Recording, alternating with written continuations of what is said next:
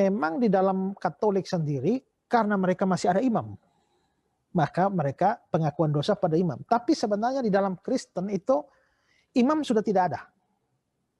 Satu-satunya imam besar kita adalah Kristus. Maka kita cukup datang pada Allah melalui Kristus. Engkau tidak butuh orang-orang suci. Langsung datang kepada Tuhan. Dan engkau juga tidak butuh mengaku dosa datang kepada pastor atau romo. Langsung datang kepada Allah Bapa, karena kita mempunyai pengantara satu-satunya, yaitu siapa? Tuhan Yesus Kristus.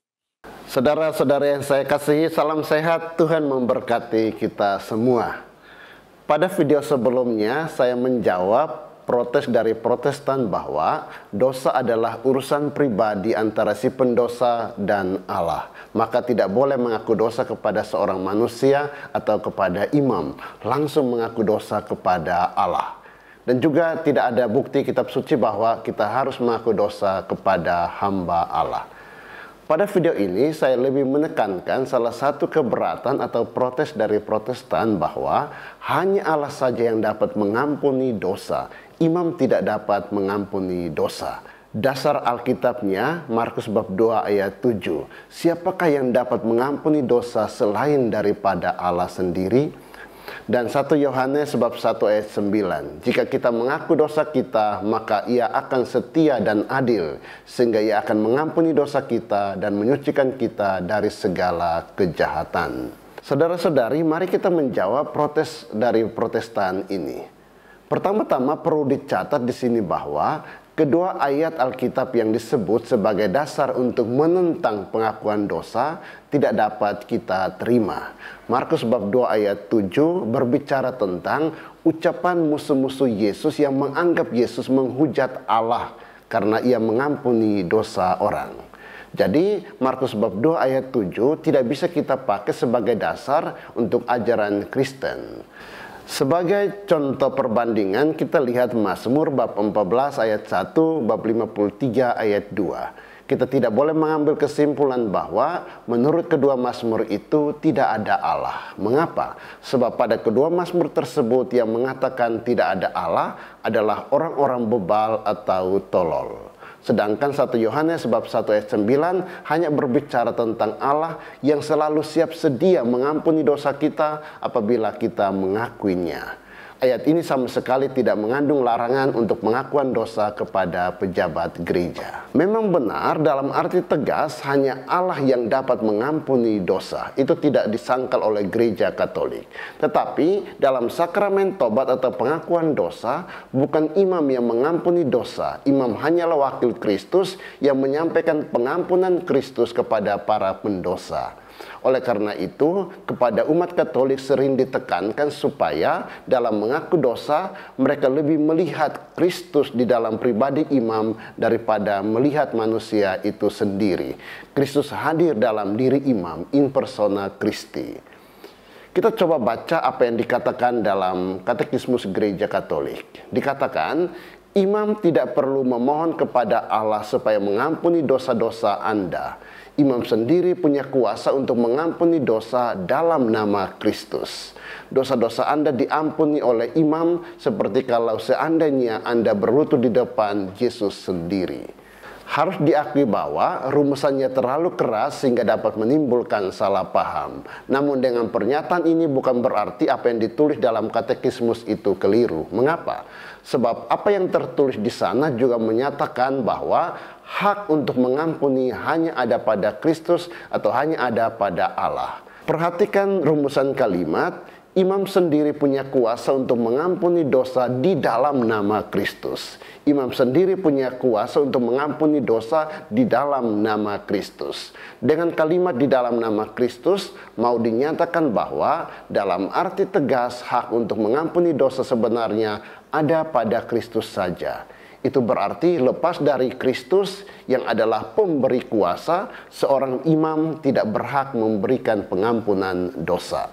Maka rumusan kata-kata atau forma saat imam memberikan absolusi dalam sakramen tobat kurang lebih berbunyi, Allah melimpahkan rahmat pengampunan melalui gereja kudusnya kepadamu, dan saya melepaskan saudara dari segala dosa dalam nama Bapa dan Putra dan Roh Kudus. Jadi dalam sakramen tobat Allah melimpahkan rahmat pengampunan kepada si pendosa melalui gereja, dan imam berkat rahmat tabisan imamat dan kuasa yang diterimanya melepaskan si pendosa dari segala dosa yang telah diakuinya dan disesalinya dalam nama Allah Tritunggal, Bapa, Putra, dan Roh Kudus. Jadi imam melepaskan si pendosa dari segala dosanya bukan atas nama dirinya sendiri, tetapi atas nama Allah Tritunggal. Luar biasa. Ini yang tidak dapat dimengerti oleh pendeta MIM, Deking Gadas, Estrasoro, dan yang lain-lainnya. Saudara-saudari, Gereja Katolik percaya bahwa demi keselamatan jiwa umatnya, Yesus Kristus telah memberikan kuasa mengampuni dosa kepada para rasul. Pada waktu Yesus yang baru bangkit, yang menampakkan diri kepada para rasul, yang menghembusi mereka sambil berkata, "Terimalah Roh Kudus. Jikalau kamu mengampuni dosa orang, dosanya diampuni. Dan jikalau kamu menyatakan dosa orang tetap ada, dosanya tetap ada." Yohanes bab 20 ayat 22 sampai 23. Selain ayat di atas, Gereja Katolik juga percaya bahwa penyerahan kuasa untuk mengampuni dosa tersirat juga pada Matius bab 18 ayat 18 yang berbunyi, "Sesungguhnya apa yang kamu ikat di dunia ini akan terikat di surga, dan apa yang kamu lepaskan di dunia ini akan terlepas di surga." Bandingkan juga Matius bab 16 ayat 19, yaitu penyerahan kuasa yang sama kepada Petrus. Kuasa mengikat dan melepaskan itu disebut kuasa kunci, dan oleh Gereja Katolik ditafsirkan sebagai kuasa untuk mengampuni dosa manusia.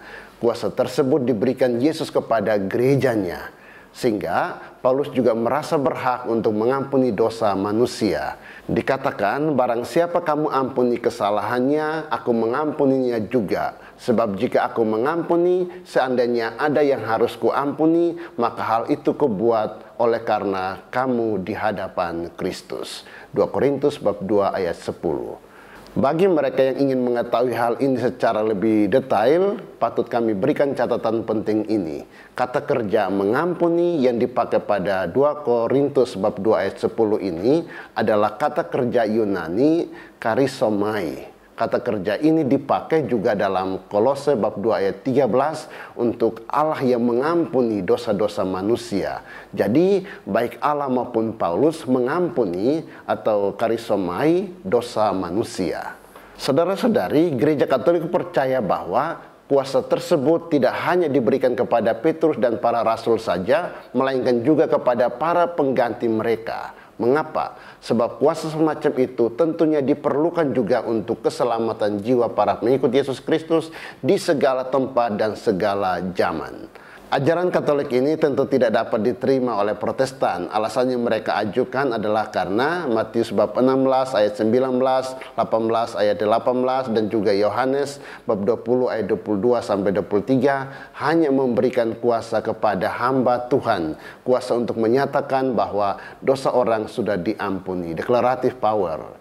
Ini berarti dosa orang sudah diampuni dulu oleh Tuhan tanpa campur tangan sama sekali dari pihak para hamba Tuhan. Lalu para hamba Tuhan hanya menyatakan bahwa dosa orang itu sudah diampuni. Itu pendapat Protestan.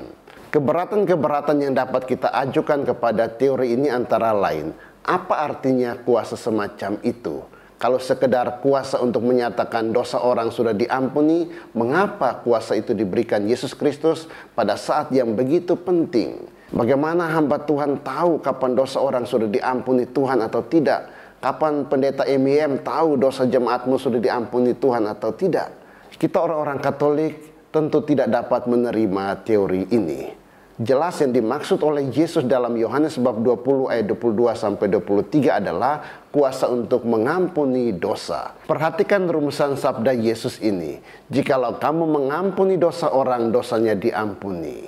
Dalam ayat ini dosa orang diampuni justru setelah hamba Tuhan dalam kuasa Tuhan mengampuni dosa tersebut, bukan sebaliknya. Ayat itu tidak berbunyi, aku mengampuni dosa orang, setelah itu nyatalah kepadanya bahwa dosanya sudah diampuni. Begitu juga halnya dengan Matius bab 16 ayat 19, bab 18 ayat 18. Saudara-saudari, kita juga melihat hal lain mengenai penebusan dosa, the acts of penance, yang disebut-sebut dalam kritik Protestan. Kita perlu memberi jawaban juga. Istilah yang mereka pakai tidak tepat. Istilah itu memberikan kesan seakan-akan dosa orang diampuni karena perbuatan-perbuatan yang dia lakukan. Seperti misalnya berdoa sekian kali Bapa kami atau Salam Maria, memberi derma dan lain-lain. Tidak. Bukan itu ajaran gereja Katolik. Yang dimaksud dengan penebusan dosa adalah penitensi. Istilah ini adalah istilah resmi yang dipakai oleh gereja Katolik. Dengan penitensi dimaksud silih atas dosa-dosa kita. Itu berarti dosa kita diampuni melulu karena belas kasih Allah. Namun setelah diampuni, orang perlu melakukan perbuatan-perbuatan tertentu sebagai silihnya. Penitensi itu timbul dari keyakinan gereja Katolik bahwa setiap dosa yang dibuat manusia itu patut menerima hukuman. Dosa manusia juga meninggalkan luka-luka atau cacat celah pada jiwa manusia. Maka dari itu menurut paham gereja Katolik, setelah dosa diampuni Tuhan, si pendosa tetap perlu dihukum demi pendidikan baginya dan untuk memperbaiki keadaan jiwanya. Bandingkan dengan seorang anak yang dimaafkan oleh orang tuanya, tetapi ia harus menjalani sedikit hukuman demi pendidikannya. Tetapi hukuman yang dijalankannya bukanlah penyebab pengampunan. Dengan demikian, tuduhan bahwa gereja Katolik mengajarkan keselamatan lewat perbuatan pribadi manusia itu tidak benar. Saudara-saudari umat Katolik yang saya kasihi, semoga penjelasan ini dapat membantu untuk menghayati sakramen tobat.